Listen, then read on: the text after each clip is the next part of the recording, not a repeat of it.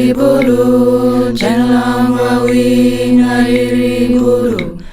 Gajong na iri wari jarba, gajong na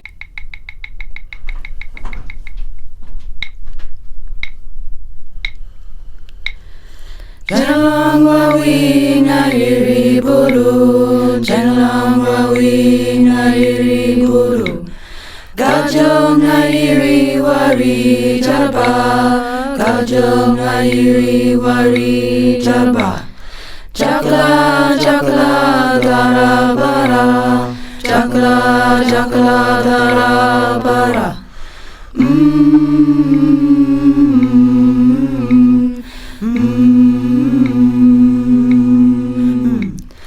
Janlang wawi na iri bodu, janlang wawi na iri bodu. Gajong na iri wari jarba, gajong na iri wari jarba. Jakla jakla dara bara, jakla jakla dara bara.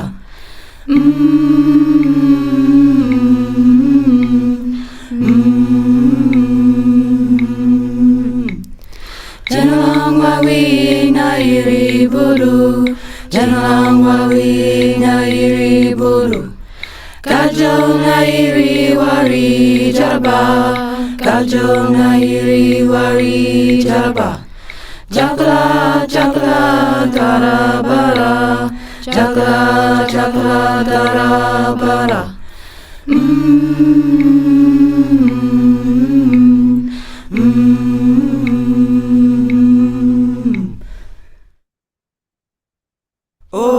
Oh, yee! Kawi biangga karbara, kawi biangga pamuma, kawi mujin mali berangga.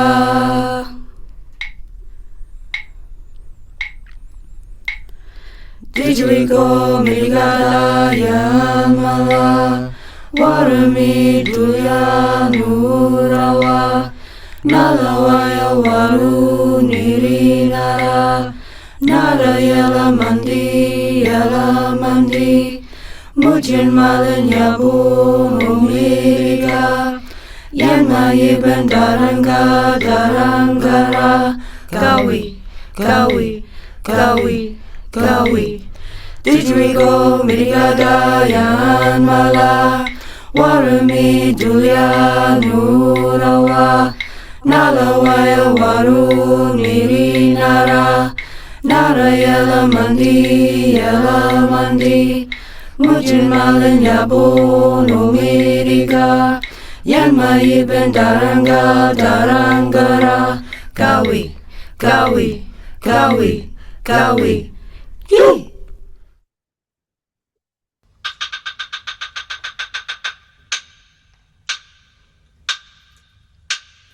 Gobi gobi dabwa mili barang, bobo mari golbi. Gobi gobi dabwa mili barang, bobo mari golbi.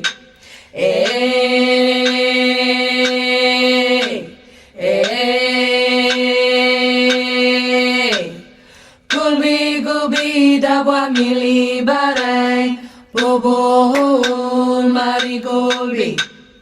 Golbi golbi dabwa mili barang, bobo mari golbi.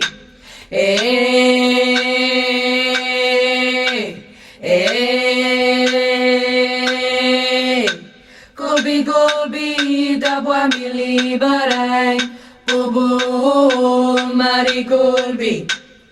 Nanga wumra badua gababai numuni. Golbi golbi dabwa mili barang, bobo mari golbi. Nanga wumra badua gababai numuni. Chop! Kiama, Parramatta, Durban. Kurogal, Paradoi, Bugiria. Kurogal, Paradoi, Bugiria. Mine Marangara Yaranganga, Daragun. Mine Marangara Yaranganga, Daragun. Nabaradowi anawu pamabanga pawaga.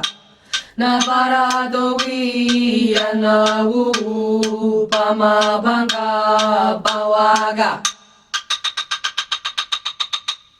Arawan gare-gareng nabugi. Wala mabangalawa tarangunu.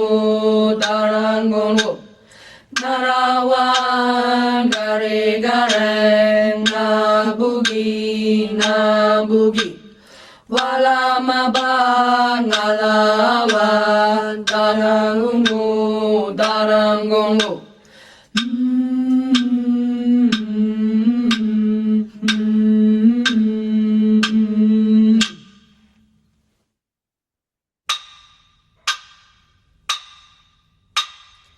Guagol ngal bangga, walama, nini la nora.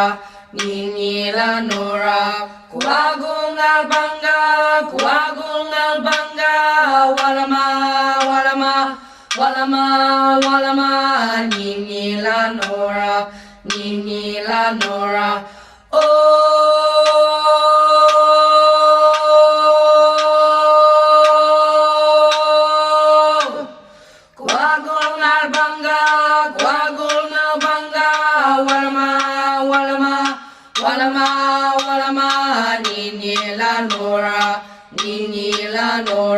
Guagol ngal bangga, walama, nini la nora.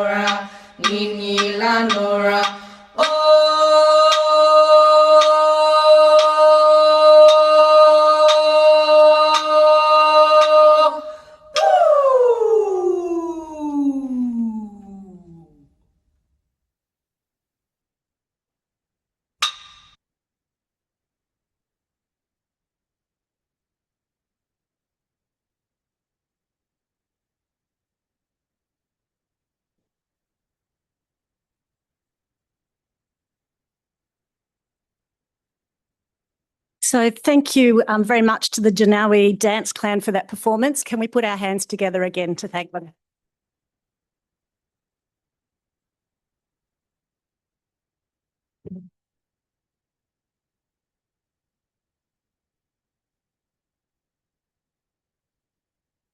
So we're really lucky to have them with us today. They're Western Sydney-based Aboriginal dance collective. The name Janawi translates to with me, with you in the Darug language. The ensemble performs and teaches to encourage awareness of the world's oldest living Indigenous culture. As the only Sydney dance group led by the Darug custodians and community, they celebrate the strength, resilience and cultural identity of Aboriginal people in New South Wales. And we will have the pleasure of seeing them perform again later this afternoon. So before we begin, I'd like to acknowledge the traditional owners of Australia and recognise their continuing connection to land, water and culture. So we're currently on the land of the Gadi people of the Eora Nation, and I pay my respects to their elders past and present. For those of you joining online, I further acknowledge the traditional owners of the countries on which you are on and pay my respect to their elders past and present. And I acknowledge all First Nations people that are joining us today. So welcome everybody, both to all of you in the room and those online. For those who don't know me, my name is Professor Sarah Roberts-Thompson and I am the Deputy Dean Academic of the Faculty of Medicine and Health. Just like to note that today's session is also being recorded. So today's event marks NAIDOC Week 2026, which is themed 50 Years of Deadly, recognising decades of First Nations leadership, the elders who stood firm, the organisers who made space, and the communities who continue to show up year after year. So a little bit of an overview of today. So we're going to hear a keynote from Associate Professor Rick Marcourt, and I'll introduce Rick in a moment, followed by a panel discussion. And we have a great panel assembled for today. Let me talk a little bit about them. They're going to come up later and introduce themselves and a little bit about their stories. But we have Jessica Tahone, who is a student ambassador, and she'll be speaking to First Nations student experience and her path towards a career in diagnostic radiography. We have Jeremy Heathcote, OAM, who is our First Nations engagement lead, and Jeremy was recognised last year with an Order of Australia Medal for service to Indigenous health. We have Jacinta Mackay, who is an academic advisor in the School of Nursing. She's also one of our own graduates. She did a combined degree of a Bachelor of Arts and Masters of Nursing, and she's currently working as an ICU nurse and also a lecturer in nursing, supporting student and workforce pathways. And we have Dr. Thomas Harrington, who's a junior medical officer with New South Wales Health and also a research assistant with the Post Centre for Indigenous Health. And he'll be speaking on his pathway from student to doctor and his current work in Indigenous health research. As I said, we'll then see the dance troupe again. They will, then after they've performed, we'll head next door to the Gadigal Centre for afternoon tea. So a little bit of an overview of the themes that we'll be discussing today. Our panel will explore the path the faculty has been on to strengthen First Nations leadership, voices and pathways in health, and to deepen our engagement with First Nations communities. We're going to hear from the panel who are working across different parts of that effort as student, as a community engagement, in academic support, and of course in clinical practice. And they're going to talk about what it takes to move from celebrating leadership to embedding it structurally. And we need to remember that accountability for this work doesn't belong to any one team or function, whether that's in the faculty or wider community. It belongs to all of us. So I'm going to introduce Rick. Associate Professor Rick Marcourt is our Associate Dean, First Nations Strategy and Services. And Rick is going to give a keynote and then he will take over facilitating the panel. Rick.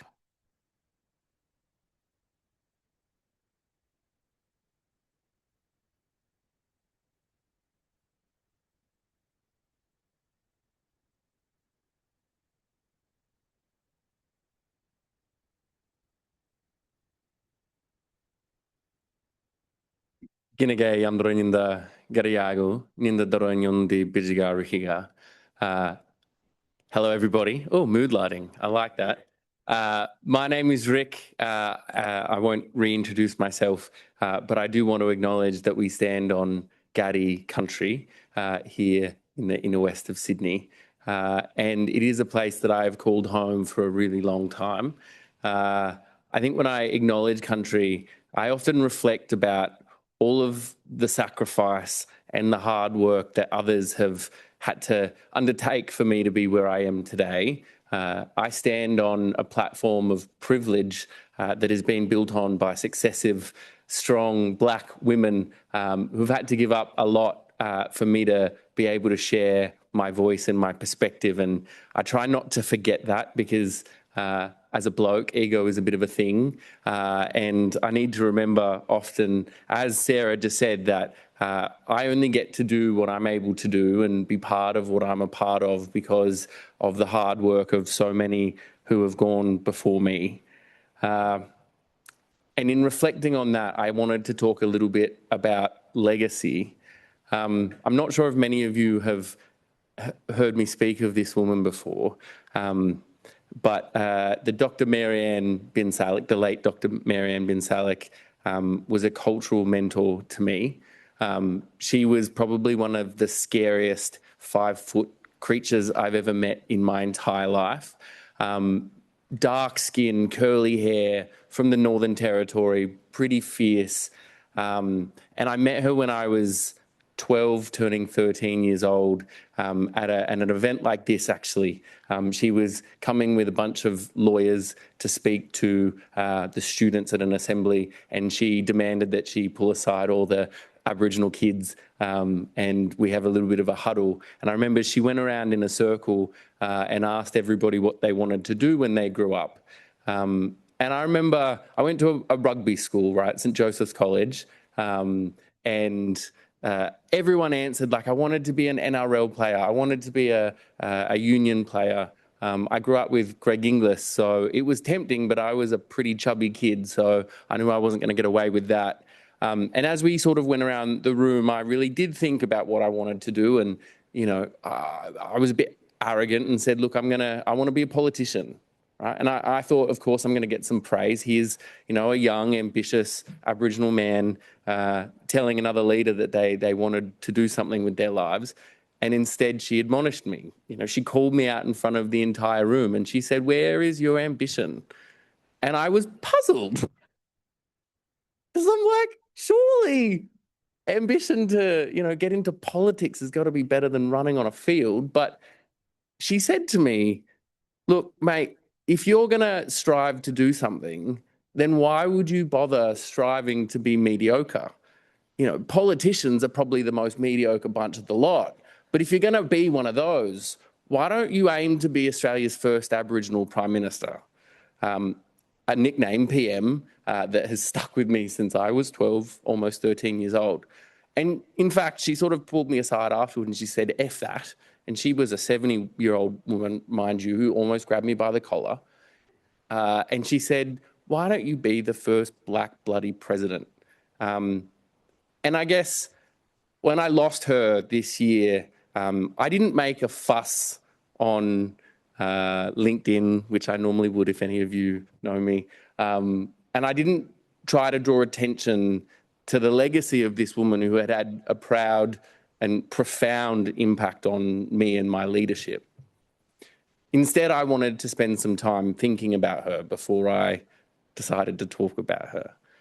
I remember when I first got into university, I remember this woman is stalking me, right? Because the entire time she kept in contact with my careers advisor, a lovely lady from South Africa, but she would never, ever actually, you know, call me in and come and chat with me. She was often in town for work and she just didn't want to interfere. She knew I wanted to get into law. She knew that was my pathway eventually into politics. I haven't got there yet, by the way.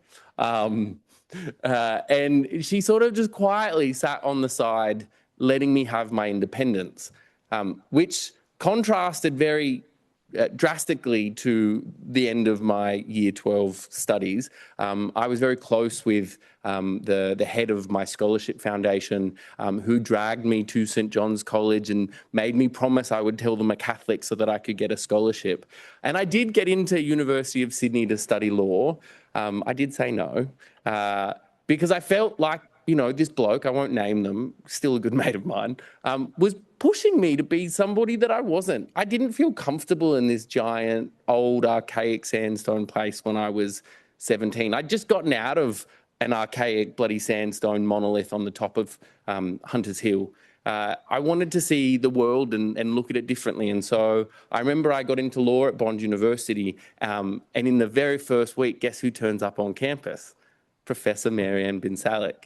And we were hosting a careers night, and I was asked, of course, as a student ambassador, you know, the goody two-shoes I was, to talk to students about, you know, what they wanted to study as they were sort of figuring out their university pathways. And she pulled me aside and she said, are you going to figure out what you want to do yet? And I remember I said I wanted to get into legal aid because I had spent some time volunteering with them. And again, this woman shocked me because she said, if you get into bloody legal aid, I'll kneecap you and then I'll call your mother. And I thought, you know, she barely came up to my shoulders, and yet this fire that was in her eyes was no longer this quiet mentor that wanted to softly influence me from the sidelines. But when she saw that I was potentially making a mistake and underinvesting in myself, she threatened to call my mum, which was worse than kneecapping, by the way, still is. And she sort of pulled me into line and said, you know, you need to aim higher. And I think I've always had a bit of a chip on my shoulder because of the privilege that I carry every day. I can see it in my own family, right? My older sisters didn't get to go to boarding school. My older sister, Angela, in fact, I've talked about her a lot. She's just started here at the university as a clinical academic. She had to go to university, she had to finish year 12 through TAFE because of some situations at home. She left home at the age of 16. She didn't find her way for a long time. When she did get into chemistry at TAFE, she was a lot older, didn't know maths as well, and she had to fight for every inch to become Australia's first and only Indigenous neurologist. And I think of my mum, who I've talked about this, right? Because again, the arrogance come up. I remember I got into Bond and, you know, it was a 2-year and 8-month degree and I couldn't wait to get out of the institution. And I thought I was going to be the first in family to graduate, you know, from university. And my mum, 40 years old and pregnant with my little sister, graduated before me. And then I graduated and then my older sister graduated, right? So at least I got some kudos. But here was this woman who did not finish high school, could, you know, only just read and write, who'd worked in childcare her entire life, whose lived experience was worth more than a PhD. And yet, you know, she, for years, would go up to Sydney, to Macquarie University to study on block, even after, you know, she had my little sister in her 40s. She continued working with the university and she would give up. You know, she would pay her own way to get there to Sydney. I remember I used to actually sleep on the floor in the steal the cushions from the common room and put them on the floor in her room in student accommodation while she was studying because I could still fit and then I could hang out with my mum, who I didn't live with since I was 12. So when I think of this year's theme of 50 years of Deadly, I think of legacy and I think of the opportunity that that sacrifice has granted me. But then I have recently thought I need to change that up a little bit, right? I need to start celebrating that legacy, celebrating all of that hard work. And I think I've reflected on the last 4 years of my 5-year term here in the Faculty of Medicine and Health, and I'm incredibly proud of what we've been able to achieve. When I started, we had 40 staff, I think First Nations staff. The week that we started, we had our very first First Nations gathering, and I copped an earful for 2 days about our identity policy from people I didn't know. But they invited me into their tent and they sat down with me and they shared their stories and they let me understand a little bit about them and they invested in me. Then in a position of leadership, I used that opportunity to buck the system a little bit. As a non-academic with only a bachelor's degree, I could not be bothered learning enough about how the university works before I started making decisions. And so I did what I felt was right. And I often wouldn't ask for permission. I did ask for forgiveness a lot. And I'm not recommending that everybody goes that route, but when I saw injustice or I saw a way to do things better, I would remember what Marianne used to tell me, to strive for better things, to push myself harder, to be more ambitious and to not let things get in the way. We've now got more than 100 staff in the faculty alone who identify as Aboriginal and Torres Strait Islander. We have professional development programs. We have staff talking about what cultural safety could look like in an ideal world, with the idea that we can plan and develop strategies and frameworks to get there. We are having conversations at the highest levels around how to reset our curricula to not only indigenize it, to ensure that it incorporates First Peoples' views on healthcare matters, so that one day we don't carry the burden of disease in the proportions that we do. But instead, we're also talking about decolonising the way that this institution teaches, not presuming that we come from the same background, the same foundation, the same level of privilege, and instead reflecting on who we could be if we incorporated all of the diverse views of the people that are impacted by the work of our healthcare professionals across our 7 schools. I'm going to stop talking now. Thank you for listening. I will moderate the panel, so I will have the opportunity to interrogate friends of mine, these colleagues I've gotten to know over the last couple of years, and it's been an absolute pleasure to watch them grow and become even more amazing. So I would like to invite our panel, Jessica Tejon, Jeremy Heathcote OAM, didn't forget that, brother, Jacinta and Thomas to the stage. And I think while we're setting up our chairs, I will ask everybody or remind everybody that we're going to use Slido. I think it's slido.com today. There should be a link on the screen for you to be able to interact with our panel. While I do love a screaming person running down the aisle wanting to ask a question, I will probably answer you if you do that just because you get my attention. But the safer way is probably to use Slido. You can use the number we have there. I'm going to try and read this backwards, 1841944, and that should bring you to the link. We will also have roving microphones in the room. So if you feel more comfortable talking, we've got that option, or of course you can use the QR code. So I think the panelists are coming on stage, and the chairs are coming. We're waiting for me to stop talking, sorry.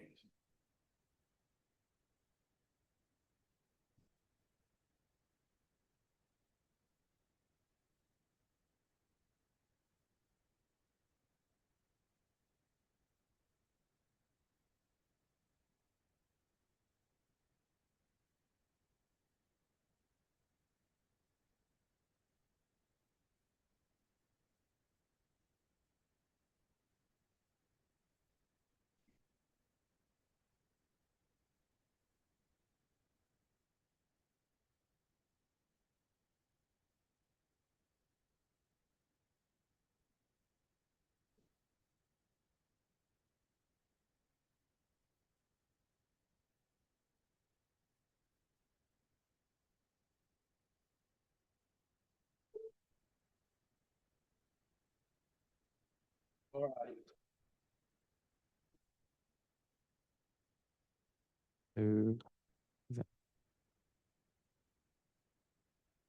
I wouldn't trust me with technology. So I am going to ask our wonderful panelists to introduce themselves. I want you to reflect on your area of expertise and experience, and also on what deadly means to you in the context of First Nations voices in the faculty. Tom, you can go first. Hello, my name's Tom. I'm a proud Bundjalung man, which is located in northern New South Wales. But I grew up in Western Sydney and then moved to the University of Sydney about 2017. Lived there for about 7 years, and I'm working at North Shore Hospital as a junior medical officer. On top of that, also working at the Post Centre for Indigenous Health, doing some Indigenous public health research. What were the questions again? So in my expertise, I guess, working as a doctor on the ground firsthand with a lot of patients from all different backgrounds, whenever I have someone come in who's First Nations, you feel that obligation to, give them the care and respect that they deserve. I've had a lot of vulnerable people as well come into work, and it's quite difficult seeing how they can be treated by other people, how other people talk about First Nations people behind the curtain. People may not know that I'm Indigenous, and hearing that, calling them out is very important. I can remember one instance that was quite confronting. It was last year. I had just been to the NAIDOC conference, which is the Australian Indigenous Doctors Association conference. It was located in Sydney. Had a beautiful 3 days surrounded by mobs, surrounded by so much empowerment and richness. I think it was the second day back at work in the emergency department. One of the senior nurses was speaking about an Aboriginal patient who came in under police custody, saying he didn't deserve any rights, didn't deserve to have an Aboriginal liaison officer present for their care. Openly in front of all of the other members of the team, and it was crushing. I didn't know how to react in that moment. I felt like I needed to say something and call it out, which I did. And I spoke to that particular nurse and I said, this is inappropriate. This patient deserves respect. And once you call them out, all of a sudden, oh no, that's not what I meant. That's not what I meant. but you see it and it's real and it happens every day. And if I wasn't there, I fear about what would have happened to this person. So I think looking back and reflecting on the theme of NAIDOC this year, the 50 years of Deadly, I think Deadly in healthcare is having First Nations people in every space of health, whether it's the doctors and the nurses and the pharmacists on the ground with the patients every day, whether it's the researchers who are developing the policy that we use in our practice every day. I think it's so important and vital that we exist and are in each space and shape, healthcare. And I think being here with us today just shows that you care as well. And thank you for your attendance. I'll pass it on now. Thanks, Tom. Or Thomas, sorry. That's really great. I've seen Tom's journey from undergrad to graduation. It's really great. So I'm going to start by saying Kaiwa Ku'uma. I'm a proud Aboriginal man from the Wabble Nation, Newcastle. I live on biomedical land out west. It's really great to be out there. And I'm heavily connected to the local community here in Redfern as well. So as Uncle Rick said, I'm employed as a First Nations engagement lead in our faculty. I'm going to get to work with our staff, our student, and our community on a range of Aboriginal and Torres Strait Islander priorities. It's a really fun job, and get to work closely with Rick and our staff network as well. Also heavily engaged in our local community. I'm the deputy chairman of the Barna Aboriginal Men's Group, and there's some of our members here today, which is deadly to see. Organisation's been going for 22 years. It's a long time for an Aboriginal organisation, and the big focus is on that men's health and wellbeing, which is really important. Also the deputy chair of the Redfern Aboriginal Community Alliance, another organisation that actually strives to have a voice for our people. I've worked in this faculty before it was a faculty, and like Rick said, we had about less than 40 staff back then, over 100 now, including these awesome people on the panel with me as well. They're actually staff members, so it's really great to see the young ones come through and alumni as well. Both these guys are alumni, and it's so amazing to see. So I think it's an Order of Australia, as Sarah mentioned as well. So I got that last year for the service for our First Nation health. I think it's really important that we do acknowledge the work we do in health. Hearing Tom's story there as well, and that's why we need more people working in hospitals in different areas. And I'm pretty sure Jacinda would have seen that in her career as well as a nurse, and I think many others as well. And I think that's that voice we need is really important. And when I look at that question, Rick, I look around here and I see staff in our faculty, the ones who aren't here in our regional locations. I think that's what really makes us deadly as well, that voice. Rick talked about the voice of our network. That gathering, for example, we've had for the last 5 years has been supported by faculty, where we get to go away, connect as mob. Just 2 weeks ago, was it 2 weeks ago? We went away for this year's in the Blue Mountains, and it was really great to connect with different academics, professional staff members. And the one really cool thing there is no one cared about titles. They didn't care if you're a professor, if you're an admin worker, everyone's equal. And Tom's been to one of our gatherings before as well, in Broken Hill, which was really great as well. So he sees that experience there as well. I think it shows that we are making change. Rick talks about some of the things we're doing, like the colonial law work, the employment work, the curriculum work as well. So we've got some really deadly staff we work with. And that's why I think the more staff we can have here, over 100 now, which is deadly. We want to see our student numbers increase as well. We want to see that engagement with our community. I think it's really important. Before I hand over to Jess, those words I said at the start were, it's great to gather in my language. So it really is great to gather here as well and be part of NAIDOC work with deadly people on the panel and deadly people in the audience. My name's Jessica. I am a Gamilari woman, but I was born and raised, and I currently live on Gadi country here. I'm currently at the Women's College. I am studying in my 3rd year of diagnostic radiography, and I've also just started working as a research assistant with the School of Nursing. And I just wanted to look around the room today, and I'm pretty sure majority of the room has in some way in the last 3 years assisted me in getting where I am today. And I think that's what deadly means to me, especially someone that's still in academics and quite young. I think I really reflect over the fact that the path is still bumpy, but I know that it's a lot smoother from when people prior to me walked it. I am probably, I think on average across the 4 years, I'm one of 5 Indigenous students studying diagnostic radiography, which is very small. We are a small faculty, but I even see one of my lecturers from one of my units here that I just sat. So it's good to see some attendance from the degree. But I think, as like kind of was previously echoed, I think particularly in the Faculty of Medicine and Health and just medicine and health in general, it's all about the engagement of Indigenous people being everywhere. We have every much of a right to be there as anyone else. We're just as deserving. We work just as hard. And I think all of you here today and me even sitting here is an echo of that hard work and the dedication of the people that have come before me. So yeah, thank you. Hi, everyone. Lucky last.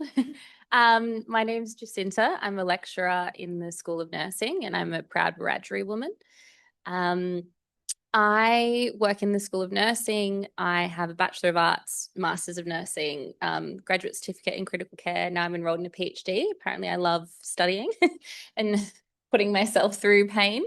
My PhD sits in how history is important to nursing and midwifery care. And I look specifically at how Aboriginal truth is important for culturally safe care in the Shellhaven area on the south coast of New South Wales. And I really feel that truth in my community down on Darul and Durga land is such a vital importance for healthcare and also such a vital importance for us here in the faculty as well to talk about and engage with truth and truth-telling. To talk a little bit about 50 years of Deadly, to me, it means a lot of what everyone else has really said. I love what you said about the road is smoother and there are still bumps, but within the faculty, within nursing, within my clinical work, I think it's really evident that the road is much, much smoother because of the people who have come before us and honouring those people and their fight and their strength and resilience within the settings that we all live and work in is really what 50 years of Deadly means to me. And it also means that while we honour their work and their strength, we also continue that work and we continue their fight, and that's how we honour them today. So deadly to hear your stories. Thank you for sharing that. It's funny, I guess I can't help but laugh halfway through some of them because, you know, over the last couple of years, we've all had interactions where we've, you know, probably almost needed to cry, but ended up laughing instead because, you know, what we deal with can be tough. It can be a lot. It can be overwhelming. Jacinta, I am going to throw to you for our first question, so you're not lucky last again. You work in student and employment pathways. How can an institution like ours not treat First Nations affairs as a token or a tick box, but embed our ways of doing business in structures and in systems? Yeah. So I think I'm really lucky to work in the nursing school. I think as a school within the faculty, you know, I have a biased opinion, but I think we're really striving in this space and really pushing forward in the space of Aboriginal and Torres Strait Islander leadership and strength. And we had a research study last year funded by the One Sydney Many People money from the university that really looked at how we can improve student and staff retention within our school. And building on the work of Professor Royanne West, that really highlighted that Aboriginal academic leadership is what's needed, and also multiple Aboriginal academics. And I know I'm preaching to the choir in this room, but I think we've all probably been in situations where you are the only person or you are the only representative or the only voice.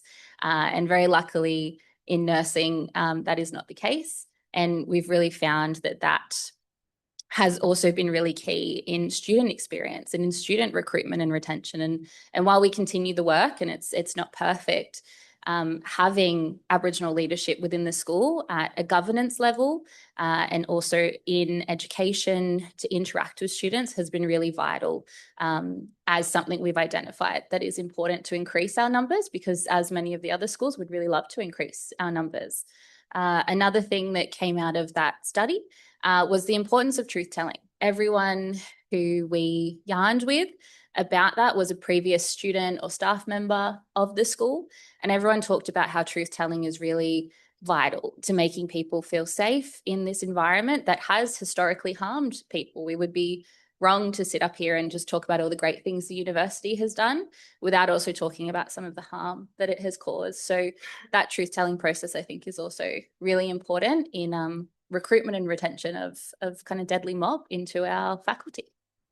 Thank you. And I'm not sure any of you will be aware, but the Deadly Jacinta here is leading a campaign to, let's just say, upgrade, not update our university motto, which reflects our origins with the University of Oxford, so that it's more inclusive, and we're going through that process, and it's just nice to see staff-led action using our governance systems correctly, although they're very hard to navigate, to try and actually change systems, right? It's difficult.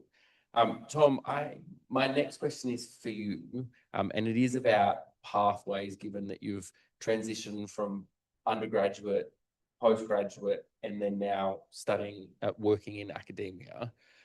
The question is about how we can make student pathways and transitions easier, but I'm going to be a bit cheeky because I can.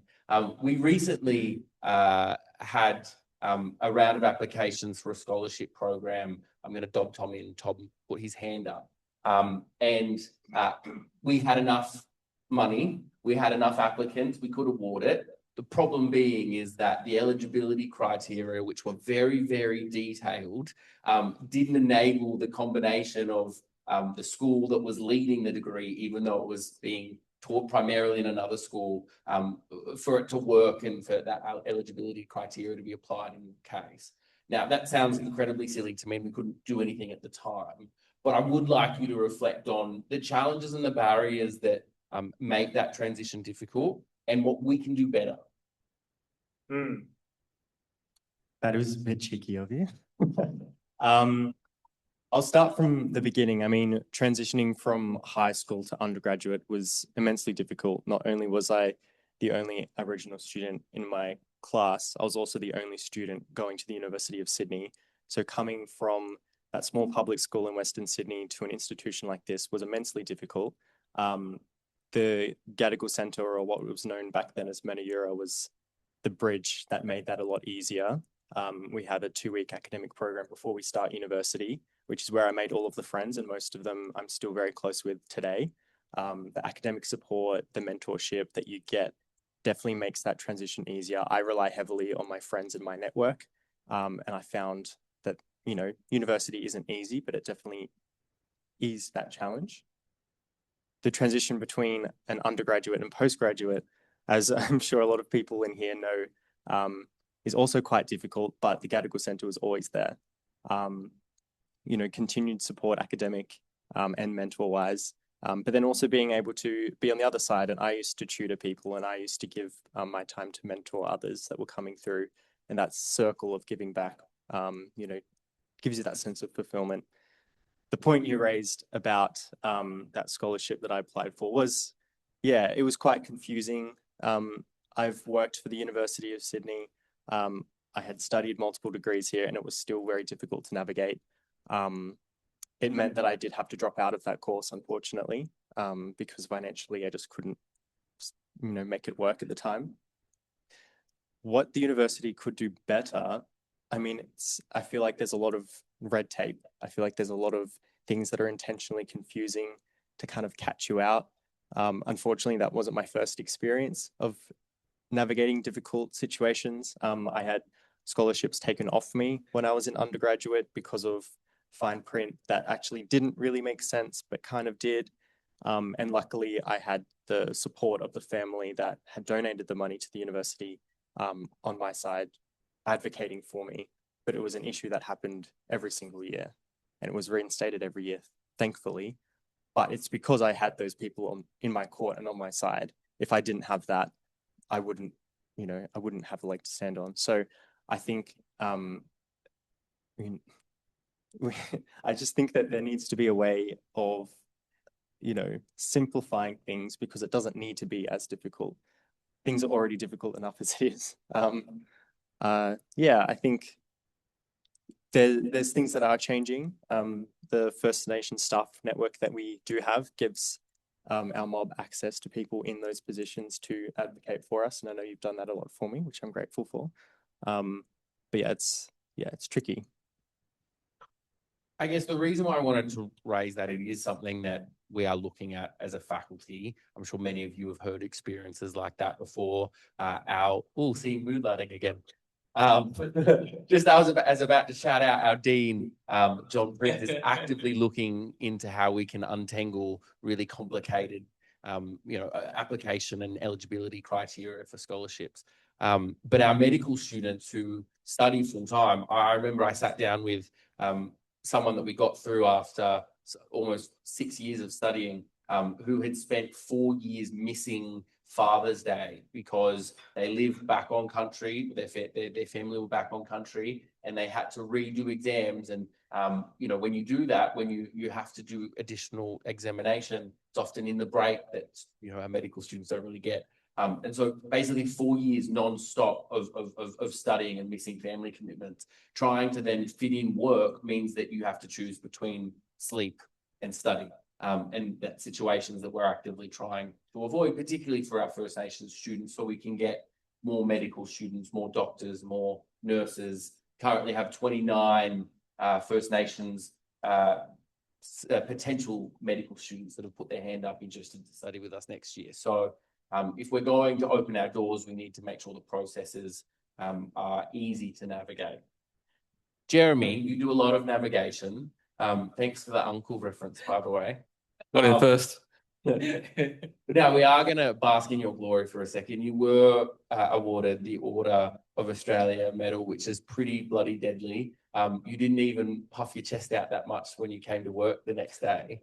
I would tell us why it's important for particularly Aboriginal and Torres Strait Islander leaders to not shy away from recognition, to not get embarrassed when your title's used, to not be shamed to talk about your achievements. Yeah, I think it is important. I could market a few other people I had a chat to about the award, whether I was accepted or not. But I think it's really important to acknowledge what we do as mob, because if we don't get that acknowledged, no one talks about it. The more we can talk about health and well-being and the work we're doing for our people, it's so amazing. And it was really cool, like last year, because there were 2 of us in Redfern who got the award.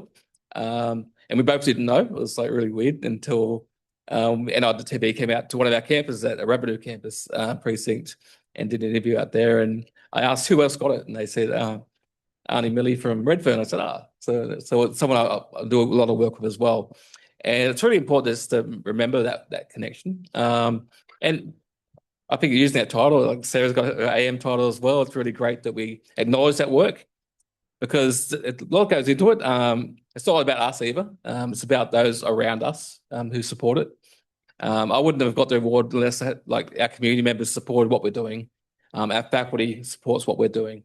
Having people like Tom and Jess, I've known Jess for many, many years as well. So I didn't mention that before, but I was actually Jess's boss many years ago. So it's really great that she's now working with us. And just to see that journey and progression and the work that Jacinta is doing it's so amazing to see that. And I think if we could have any leverage about promoting our people and what we're doing in our space, I'm happy to use the title. I don't wear the badge sometimes, but I might wear it next week with Sarah. We'll wear the badge together. Right, it is made of gold. It is made of gold. Yeah. It's got our name on the back of it as well. So yeah, so no one can steal it. So we can find ways. Yeah. Now, Jessica, my next question is for you, but I guess before we get there, while we're very excited to have employed 100 Aboriginal and Torres Strait Islander people, we only have 70 First Nations students. It is slightly more than that, I'm going to say, because science, you do steal a couple of hours and then they transition across. Sorry, Jordan. But we have gone from being the largest faculty with the largest amount of First Nations students to the third. Yes, Jordan, you've beaten me. So we need to be doing more work in this space. And I had the privilege of sitting down with many of our First Nations students and asking how we can support them. And mostly what I was told is sometimes we just need to be connected and you need to get out of the way and you need to create opportunities that doesn't make us feel like someone is looking over our shoulder. It's really hard to untangle processes. Even if there are opportunities, it's hard to find them because it's, you know, where do you look across all of the different sites that we have and who do you ask for advice? So Jessica, knowing that you've gone through that journey, you've been here long enough, you've figured out how it works and you're doing well.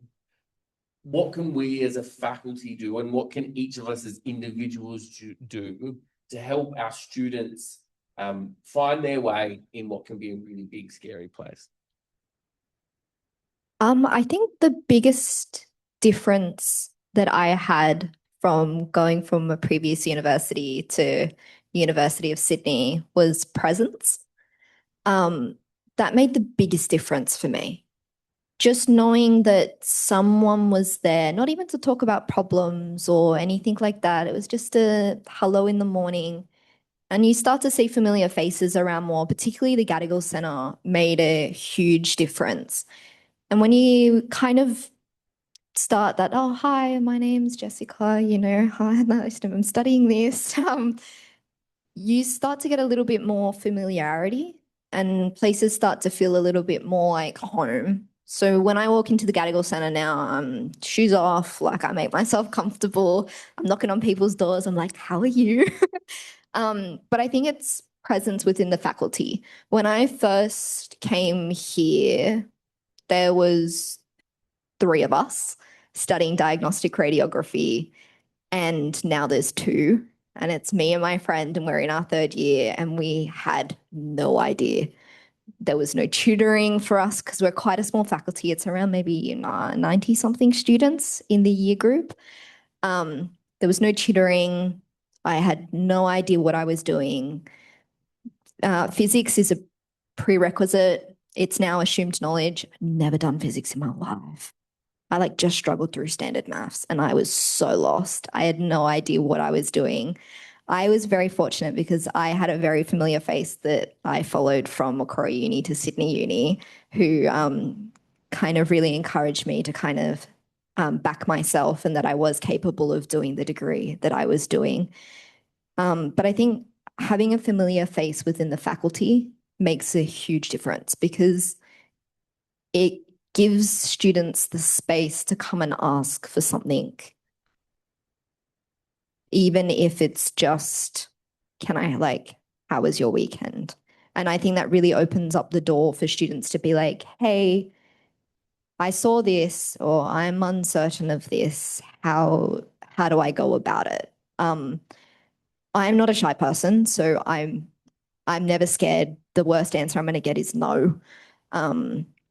Much to my parents' dismay, I will always ask and I'll be like, hey, they're like, no. And I'm like, okay. But I was talking to some of the first years that were coming through, who I found out were doing my degree. And I was like, oh my God, come. And I think the biggest thing that they said that was really overwhelming was not understanding how the university works, the expectations, but then also navigating what are scholarships, what are placements look like. Because unless you're talking to a student in the older year, you don't really know what any of that looks like. And I think if there were familiar faces around, particularly within the faculty, students have a place to go to ask those questions and get the support that they need, whether that's just a conversation and someone sitting there or I'm really struggling and I need some help. Thank you for that. And I promise this is not planned, but I am really happy to say that the faculty is investing in Indigenous student support. We are looking to hire our 3rd and 4th year students in each of our schools to support the cultural journey of their younger counterparts. We are also looking at academic support positions in each of the schools for our First Nations students as well. Again, you know, being driven by the faculty, being driven by our leaders, and also, I guess, from the voices of our students, from that opportunity to sit down with them and ask them how we could support them, what would work for them, rather than assuming it for them. And those ideas I'm really excited to be able to bring to life. Now, Jacinta, I have a curly one for you, but I'll make it easier. My question is about truth telling. I'm not sure if many people are aware, but we do have a university-wide truth telling process. We are investigating the history of this very old institution. There is a First Nations stream as part of that truth telling. It is currently unfunded. So just a bit of a call out, if you're talking to anybody with the ear of the Vice Chancellor, we probably need to pay academics to do what is really difficult work in investigating the truth of our institution from a First Nations perspective. We as a faculty did get to do that to some extent in our School of Public Health. Our previous dean funded a project, and we got to do a deep dive and actually found some amazing stories of our first graduates, of us learning to do better with anatomy. I'll just leave it there. And some good news stories as well as the difficult stuff. So truth telling is incredibly important. Jacinta, the theme is 50 years of deadly, 50 years of protest and of pushing back. How can we not just talk about truth telling or not just listen to truth telling, but embed truth into every aspect of this faculty, its strategies, its systems? I feel like I'm going to climb on my soapbox now. I think truth is vital at all levels of the university. So not just at a faculty level, but also locally at a school level, and then higher up at a university level as well. If we take examples from some of our kind of, competitors, the University of Melbourne, for example, has 2 books that it's published on the truth around its interactions with Aboriginal and Torres Strait Islander people in, their existence. And I think that's a great example for something that we should do. As you say, we have our truth telling with a First Nations stream, it sounds like, but that needs to be funded and supported. And I think, everyone sitting in this room, I'm assuming, has some connection to health and medicine. So we know from literature, we know from our cultural safety theory, our decolonizing methodologies theories, from the social emotional wellbeing framework, that history and historical factors are vital to the social emotional wellbeing of Aboriginal and Torres Strait Islander people, and very important for the university to realise that Aboriginal and Torres Strait Islander people aren't just patients that we care for and aren't just students who we teach, but also our colleagues and the people that stand next to us or above us in much of the university and our structures and systems. I think when we think about the motto as well, as you very kindly brought up, so we are working as a team that started here in the faculty and now is expanding outside of the faculty to campaign to change our university's motto. And I think that's a huge part of truth telling. The motto currently is the same knowledge under different stars. So it talks about, it's in Latin as well to make it fancy, but it talks about how our crest, which is Oxford and Cambridge, was picked up and brought to Australia because they are prestigious and they are everything great that comes with higher education. And our motto is something that I think people probably don't know, or they look at when they're going to a job interview or when they're applying to be a student here, so that they can, look impressive in that interview and know that. But if you were a student or a staff member who was applying for a position here and saw that motto, for I think many people, it would discourage you, and it would really communicate a message that isn't the truth of what is happening here right now.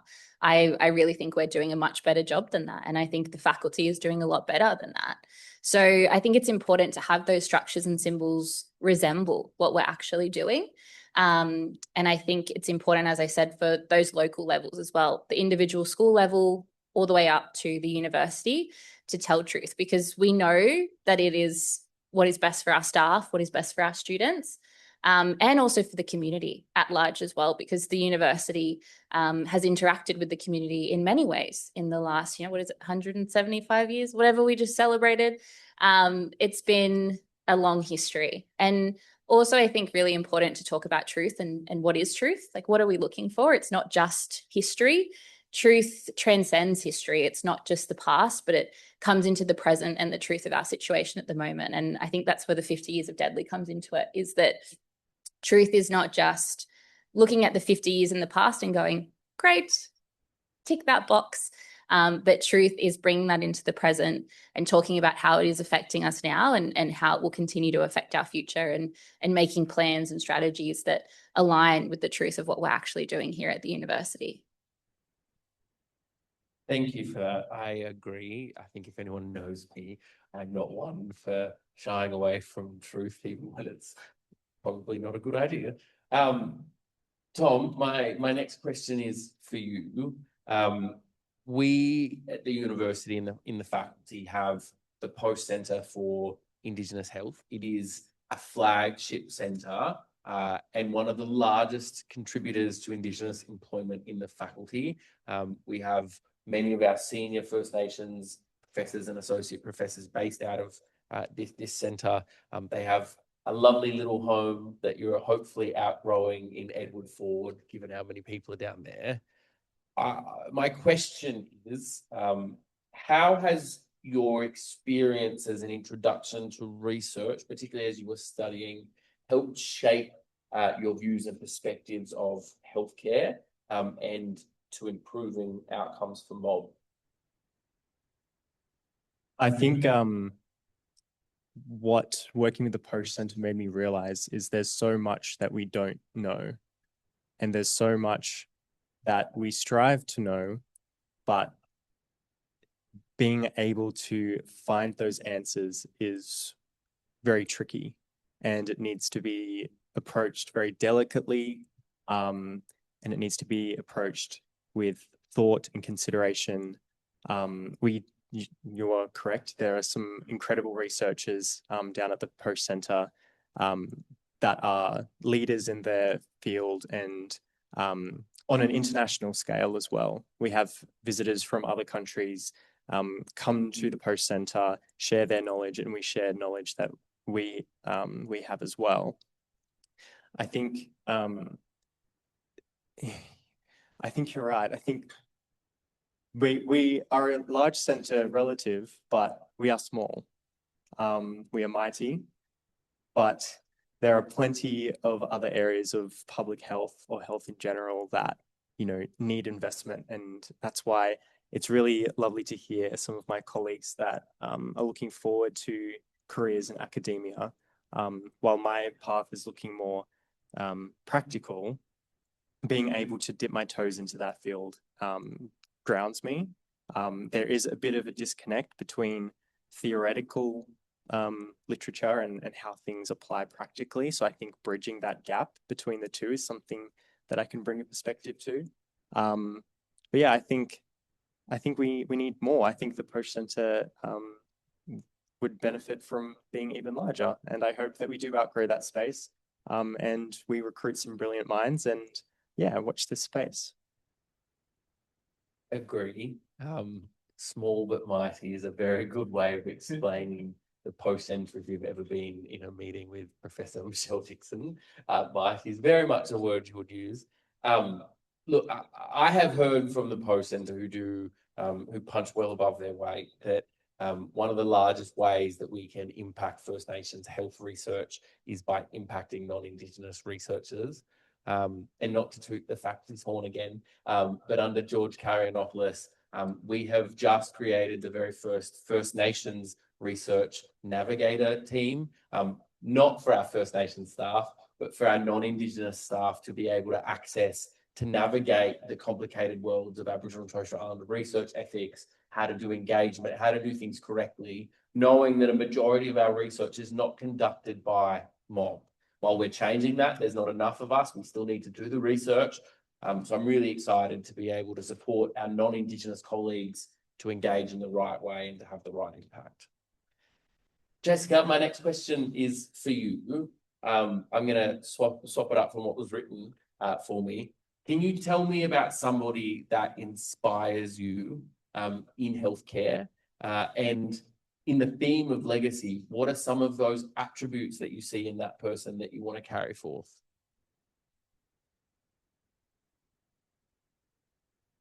Put you on the spot, I'm sorry.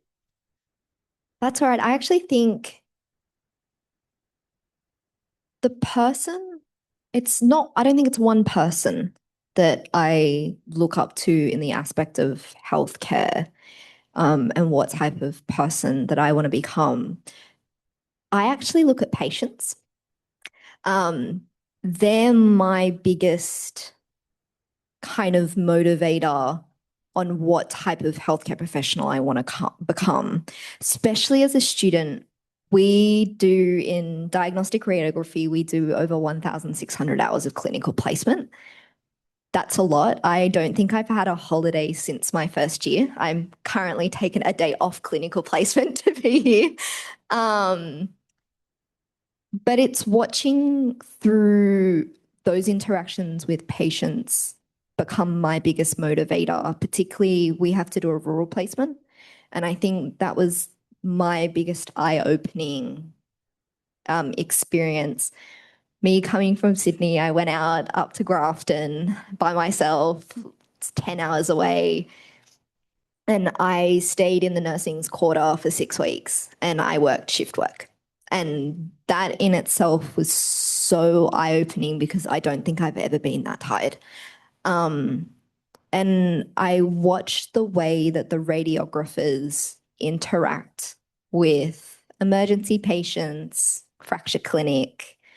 And I think the level of care that was provided, no matter how tired they were, no matter how maybe a little bit unsure they were of how to do something just because of limited resource, was really inspirational and eye-opening to me. I think the other area that I really look at is my grandma played a huge role for me in the way that I access healthcare. She had a lot of health problems and was constantly in and out of the hospital system. But she'd always talk about what doctors would do or other healthcare professionals would do that made her day, whether that was getting her a cup of tea or having a sandwich or just having a sit down and having a talk with her, really, really inspired me in what level of healthcare I want to provide to patients. And I think particularly in being an Indigenous woman, particularly in radiography, we're really underrepresented. I think I'm yet to meet another Indigenous radiographer other than my friend in my degree, which I think is very sad because navigating the healthcare system, the public health and the private sector can be really daunting, particularly when you're faced with experiences like I'm sure all of us here have had where there is injustice and racism. And navigating, particularly as a student with power imbalance, how to navigate that and how to challenge those ideas and notions. Yeah, so I think because I don't really have an Indigenous mentor in that field, I look a lot to patient interactions and other healthcare professionals. Fantastic answer. Thank you. And speaking of power and balance, I think it is really important that we talk about that. We often forget that as healthcare professionals, we do hold people's lives in our hands, even when we're not realizing it, whether they're looking up to us, whether they're listening to us and our advice, whether they're watching us to see how we react. That can make or break somebody's healthcare interaction. And even engaging with our students, that there is an imbalance of power that needs to be addressed and talked about if we're going to work collaboratively together. Now, I will bring my last question to Jeremy, but before I do that, just a reminder, we've got some questions that you can pop through on Slido. Alison, it's logged out on me, but someone will come and fix it. Great. So we will open up to audience questions next. But Uncle Jeremy, why is it important that First Nations health is not just your or my job, but why is it everybody's business? Thanks, Rick. I think Sarah touched on that at the start as well about how it's everyone's responsibility. If you look at our population, 3.8%. So we need other people backing us. Like Jess said, there's no other radiologists you know of, right? So we need more people supporting our people as well in that journey. I've had some health journeys myself this last year. It is really important that we have mob. Where I've been, it hasn't been really mob, but it's been people aligned to our faculty, which is really cool too. And they understand why we're trying to do things. And I think it's more than just words. That's a really key thing. Our faculty share that commitment from John, Kate, Sarah, and the rest of the team, the leadership roles, really support what we're doing. They understand our needs. They listen to our network. Rick and I, we can go and have a yarn and raise some things, and things get done. It's really great. And Rick mentioned a few of the programs we were doing, and that wouldn't have happened without the support of our leadership in the faculty. The works Jacinta's doing with the mob matters stuff as well. That wouldn't happen without the support of our network, our wider network.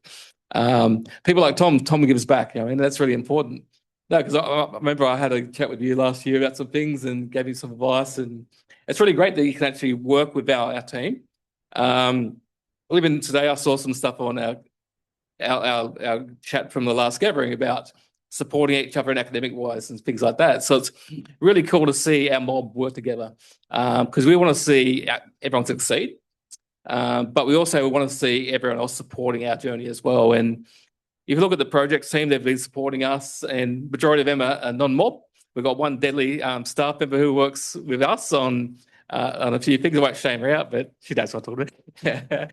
But works on the curriculum work and employment. And without that, it wouldn't be done. And the other support we've got is really important. But the guys in the network team, for example, who come to our gatherings and support us, everywhere we've been at, we've had non-mob support that journey as well. And I think if you look at the centres, like you said, Tom, like Posh's punching above their weight, but we need the other centres as well to also support that First Nations element as well. And I think it's something that we're seeing. Hopefully we continue to see that grow as well, because I think it's everyone's responsibility. And the more we can do to promote that, for example, we're doing some stuff now about recruitment. Rick touched on that. So it's some targeted recruitment activities with our hiring managers, and we really want to see more of our non-mob hiring managers come along our sessions, hear from us about what's important, hear from us about what we can do to actually assist them as well. So the more we can do to get everyone on board is really key.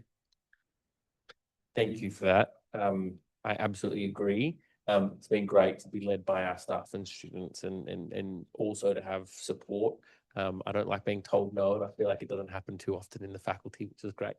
But I don't ask for too much. So we have some great questions that have come through. The first one is for you, Dr. Thomas. You did talk a little bit about seeing some violence, lateral violence, or some racial violence in some ways in a hospital setting. How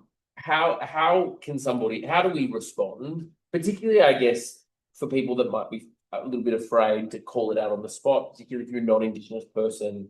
What role can they play in addressing those sorts of unacceptable behaviours? Yeah, I think calling it out, I mean, as hard as it can be and as scary as it can be, it has to be done. If you feel frightened or scared to do that, imagine how that patient would feel who's on the receiving end of that.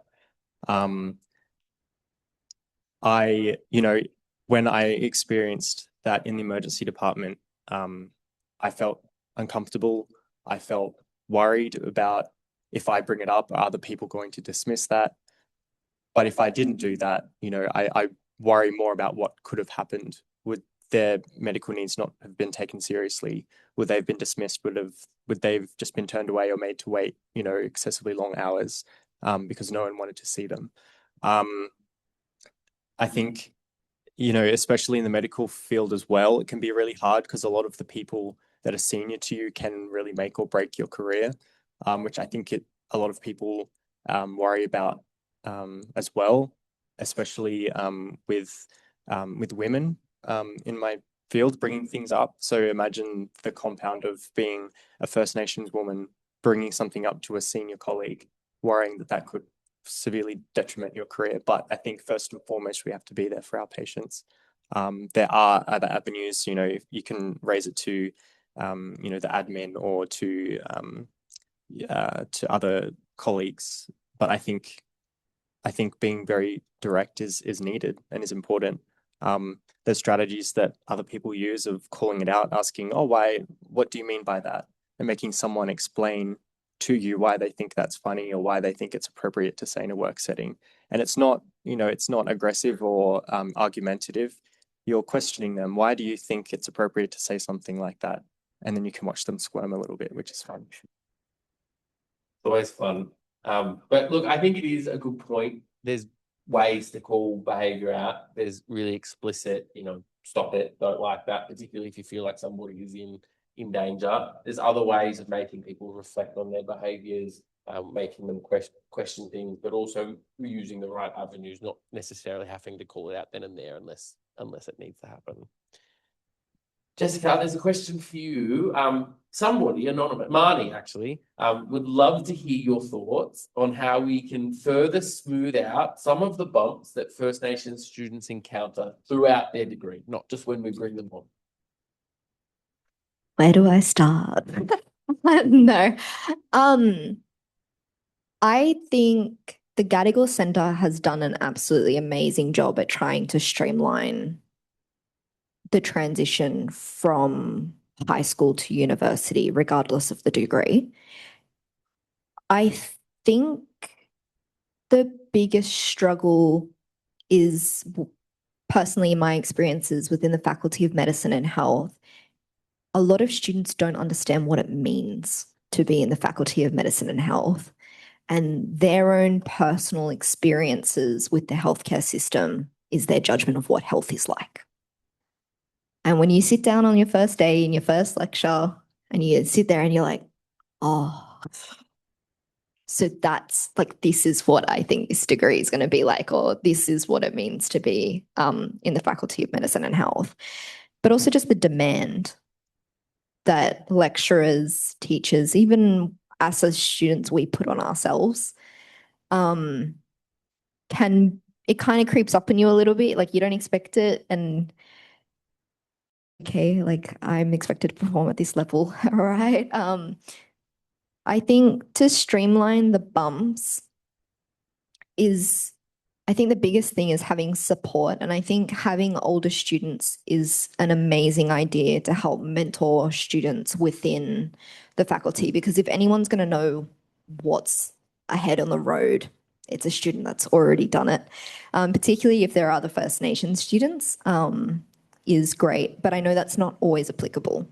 I know when I first started in my degree, there was no tutors for my degree. I had to figure it all out myself. I had to run around and ask, hey, like, can I have a tutor for physics, or can I have help with this? My degree only has 1 or 2 scholarships available, and they're pretty much for first year students. They came out when I was in my second year. So having financial assistance, particularly also for placement, the financial burden of placement, as everyone's kind of heard about recently in Parliament and on the news, is huge. But it doesn't just affect degrees like nursing or social work and medicine and stuff like that. Radiography, like, I can only speak for my degree. Like I said, I haven't had a holiday since my first year. Between sitting replacement exams, if I'm sick and I can't sit my first round of exams, I have to take a day off placement to sit an exam. So this morning I sat an exam and now I'm here, but I was studying all on my clinical hours. And I think I've been very privileged to have the courage to ask for help and ask for support. And I thank that to the way that I was raised. But I know there are a lot of students in my position who don't, and they just struggle quietly. One, because they don't know who to speak to. it's very daunting going up to your lecturer and being like, I'm not okay, I need some help, particularly as a First Nations student as well.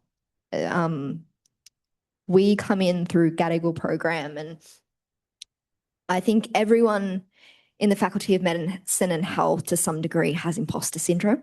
I think that's huge, especially for first years, and navigating and finding your feet and understanding that you do deserve to be there and that you have worked hard and that you have just as much of a right, you're just as smart, you're just as capable, is a big challenge. So I think creating a support system, not just for first years, but all the way up until your final, like weeks before graduation, of being able to talk to older students, younger students, but also getting to know your staff members. Most people in my degree probably haven't had a conversation with a lecturer, but at the end of the day, they're the ones that are going to be helping you when you're struggling. And I think creating a system where we can introduce students to lecturers or having support, it closes the barrier a little bit of the student needing to be the first one to reach out to engage when just introducing themselves, because a lot of students don't even know who their first year representative is, or so yeah. It's a good idea. Starting with a name and a hello and a how are you. It's a good way to start any day. Whether you're a student or a staff member, it can feel really scary and isolating here. My next question is both for Jacinta and Jeremy, and reading it gave me a bit of a smile, but I shouldn't be so arrogant. What do you think I didn't write this. What do you think FMH does better than other faculties to have the highest number of First Nations staff at the university? If you could speak to what do you think you can do, other faculties could do better so that the whole university could grow? Uncle Jez, you go first. No, you call me Uncle too. I think there's a lot of stuff we do. Sorry, Jordan, but yeah. No, I think our network's really strong as well. So having a really strong network, having staff across our regional locations who are still connected to us, the work we're doing on the employment work to promote our targeted employment, increasing our numbers there. I think just the transparency as well. For those in our faculty, you would know the First Nation Hub. Every month we put out our data on there. So people actually open where we're doing, information about employment, information about culture, curriculum stuff. All this stuff goes on our hub, and it's really important to promote that. I think it's also a great place to work. Like Tom's come back. It's really great that he's graduated and still works with us as well, because I think it's really good to see that connection. I think we form a strong bond. We're pretty much a family, I think, rather than just colleagues.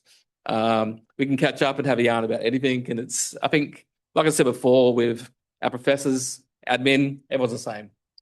We value each other, and I think that's really key. We work for the same cause. You don't work for health and wellbeing, and that's medicine health unless you actually care about mob. And it's really great to see Jess coming on board as an RA now as well, and that journey as well, because as you said, radiography, there's no placement assistance unless your dad helps you out, but yeah. But then it's having the opportunity to then actually understand our workplace as well. And hopefully we see those student roles come back and actually work with us full time after they've done their career and things like that. So, and Jacinta's deadly terms, yeah. Yeah, I would agree with that. I think I can only talk from my experience. Jez gives that high level, boss man experience. But from, a lecturer in the faculty and coming from a previous position at a different university that wasn't very supportive and was a battle, and I really felt that I was fighting the fight, it was so nice to come here and feel supported. And I think recently at the First Nations gathering, it was a question that was asked of us is what can be done to make you feel Rick, you probably remember the words, but it was supported and held within the faculty. And I was sitting next to my nursing colleagues and I said, I felt all of those things. I'm a relatively new staff member. And since I started here, I've been supported to continue my studies. I've been allocated time to do that. I've been supported try and change the motto of the university, which is a bit wild. And I'm really yet to be told no of anything. I don't know how far I can push that, but I have really felt all the things that are going on behind the scenes. I think when I started my role here at the university, I think I was very lucky to have a very smooth path. There weren't too many bumps. And I also have support from other people. I have, senior leadership within the nursing school. I also have leadership at a Rick and Jez level. And I know I have people that I can go to and people that can support me. So I think, I have very rose-colored glasses on coming at, the end of a hard and a bumpy road. And I really think it's important to acknowledge how bumpy that road has been for many people. But yeah, I've had a really great experience here. And I think we can just continue to do what we're doing and always try and improve. But, compared to lots of other places, I feel very supported. I'm incredibly proud to hear that, because I think it is not many. I do say this regularly, but I think the thing that I love most about my job is going on our gathering, putting all of our staff in a room, and being told what to do. That is very me. If we can represent the views of the people that our roles impact, then I think we've done our job. And we have so many amazing First Nation staff in all different parts of the faculty. From our centres, a shout out, we've got amazing First Nation staff doing research in all of in our centres and across the board, in each of our schools, in each of our locations. It's really the hard work of 100 First Nation staff that has led us to be able to be where we are as a faculty. But it's the work of the other 11,900 staff, or however many we have, that is going to make the biggest impact when we work collaboratively and together towards those shared outcomes. So a big round of applause for our panelists. Thank you so much. I'm very happy to hand over back to our host.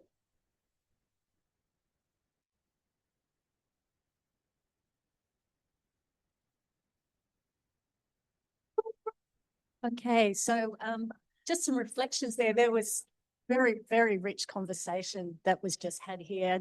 And I was asked to think about, to bring it all together. And I was thinking there's so many themes, but perhaps the one that I pulled out of there is the power of truth telling, which means recognising and listening to the experiences of our Aboriginal and Torres Strait Islander peoples, which is, of course, what we heard today. And the power of this is that as we build up an understanding of empathy, understanding, and allows us to challenge the myths and misconceptions. And I think, and going back to the first question that was asked by the audience, I think Tom's story about how he challenged the behaviour within healthcare is a really powerful story that we can take away with us today. And we often say that the behaviour we walk past is the behaviour we accept. And I think that that's really important to keep in mind. So can you join with me again in thanking our panellists, Jeremy, Jacinta, Tom and Jessica, and of course, Rick, who will be our first Indigenous Prime Minister. That's his next gig. And also to all of you for participating today. So another round of applause, please.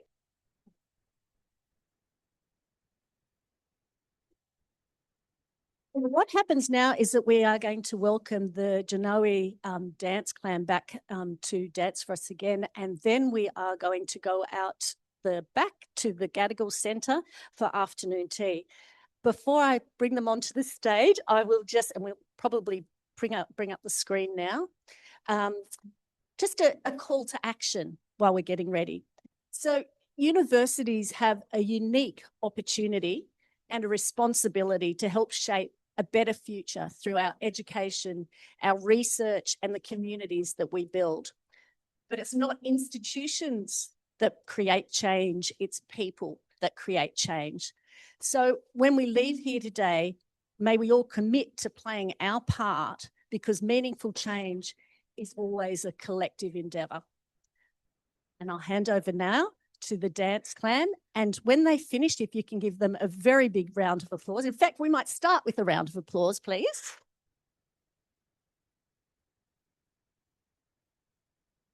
And when they finish, please give them another round of applause. Thank you, everyone.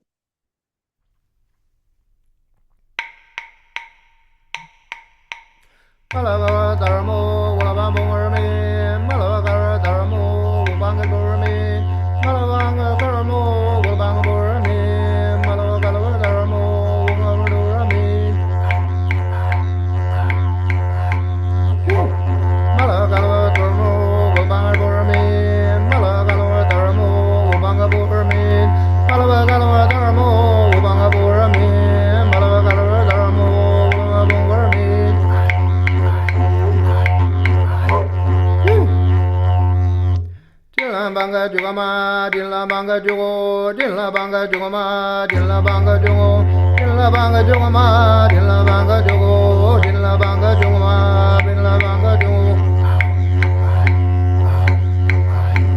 dilla banga jugama dilla banga jugo dilla banga jugama dilla banga jugo dilla banga jugama dilla banga jugo dilla banga jugama dilla banga jugo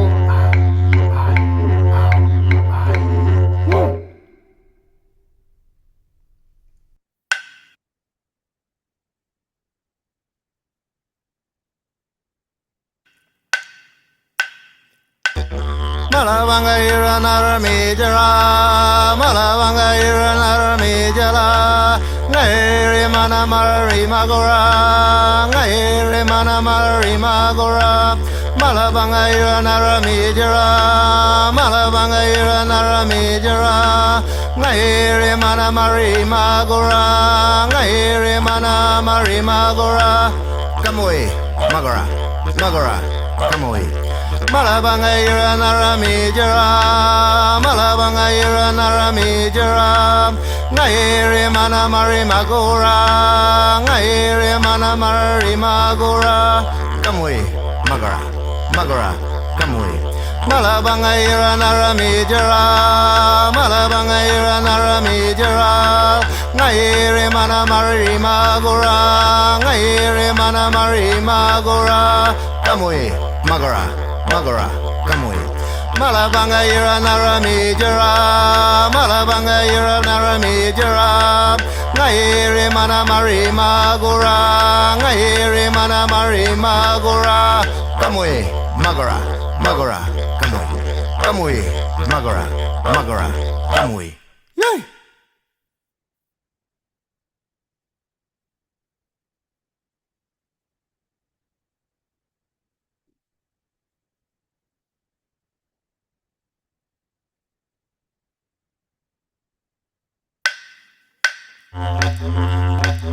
Uganga, uganga, uganga, uganga, uganga, uganga, uganga, uganga. Quack, quack, quack, quack, quack, quack, quack. Quack, quack, quack, quack, quack, quack, quack. Uganga, uganga, uganga, uganga. Uganga, uganga, uganga, uganga. Quack, quack, quack, quack, quack, quack, quack. Quack, quack, quack, quack, quack, quack, quack, quack. Uganga, dangarana, uganga, ngana bujari. Uganga, dangarana, uganga, ngana bujari. Quack, quack, quack, quack, quack. Quack, quack, quack, quack, quack. Uganga, dangarana, uganga, ngana bujari. Uganga, dangarana, uganga, ngana bujari. Quack, quack, quack, quack, quack. Quack, quack, quack, quack, quack. Hey!